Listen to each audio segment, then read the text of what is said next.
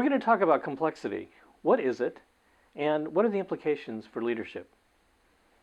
So the first thing we're going to talk about is what is complexity and what makes a complex system. You can picture a number of diverse elements within a system. In this case, we're showing that it's people within the system. Well, what creates the diversity? The diversity we're talking about is cognitive diversity. Diversity that people have about the rules by which they act, by which they interact, how they solve problems, and how they categorize things.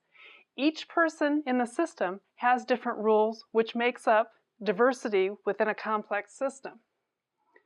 The next thing we're going to talk about is the nature of the connection between the diverse elements. So imagine that these people are working in an organization and they're all connected in some way. So they're connected through interactions, they're connected through work products, and then they're also, in many cases, interdependent. And that this person may say, what you do affects me. And the fourth element of a complex system is adaptation or reaction to something. In this case, the person might say, because you did that, I will now do this.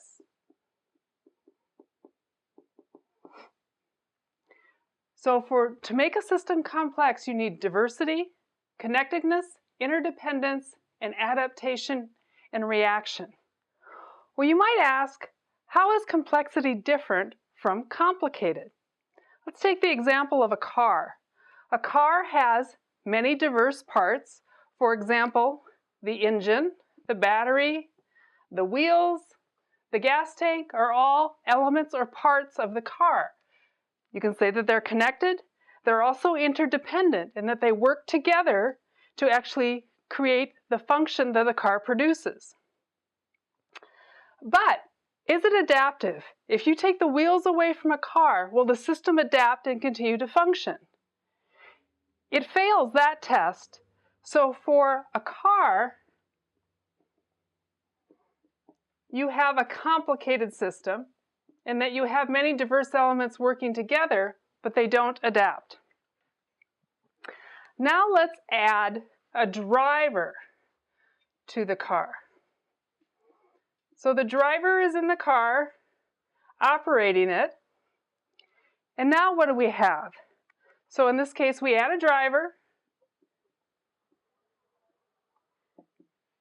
And there is actually adaptation built into the system now, because as the car moves, the driver is adapting to that.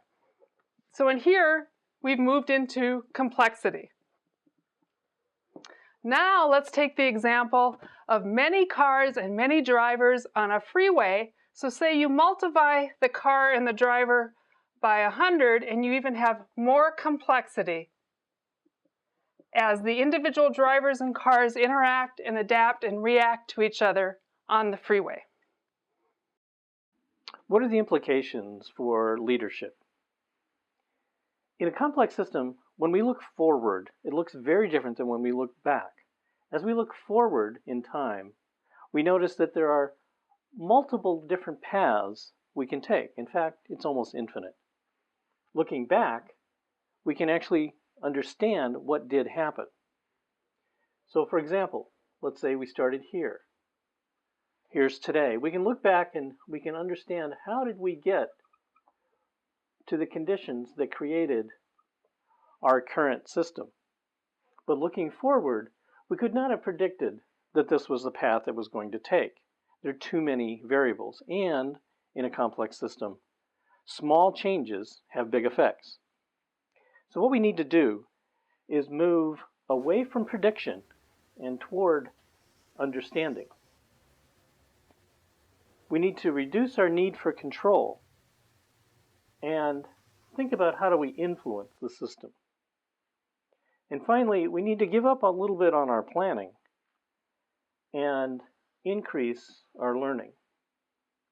This is just one set of implications for leading in complexity.